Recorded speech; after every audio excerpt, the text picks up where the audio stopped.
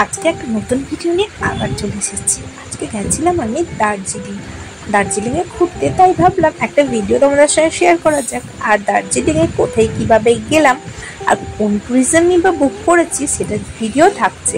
আর আমাদের সঙ্গে একটা বিশাল বড় স্ক্যাম হয়ে গেছে, সেটাও তোমাদের সঙ্গে আমি শেয়ার করলাম।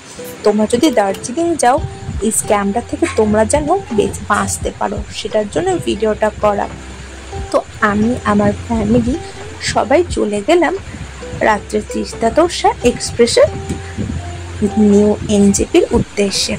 তো ওখানে ছিল সেদিন প্রচুর গরম, কি আর করা যাবে, মেশো এদিকে জামা টামা খুলে ফেলেছে।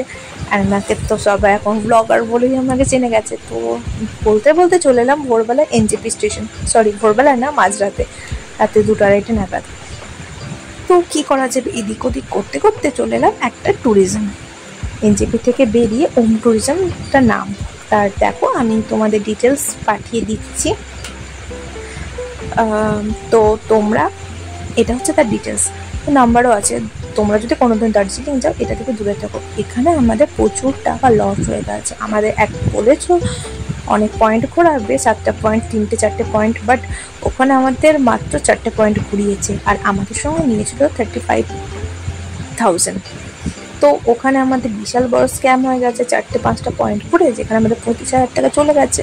তো তোমরা সবাই একটু সতর্ক থাকবে। দার্জিলিং ঘুরতে গেলে তোমরা আগে থেকে বুক না করে ওখানে হোটেলের সঙ্গে কন্ট্যাক্ট করতে পারো বা নিজেরা ব্যবস্থা করতে পারো, বাট কোনো ট্যুরিজমে পারলেই করবে না। তো দেখতে দেখতে দার্জিলিং চলে এলাম। এত সুন্দর ওয়েদার, এত সুন্দর পাহাড় দেখতে আমরা মুগ্ধ। তার সঙ্গে এটা হচ্ছে ঘুম স্টেশন। আমাদের হোটেলে কমপ্লিমেন্টারি খাবার ছিল, তো সেটা দিয়ে আজকে স্টার্ট করলাম রুটি আর ছোলার তরকারি।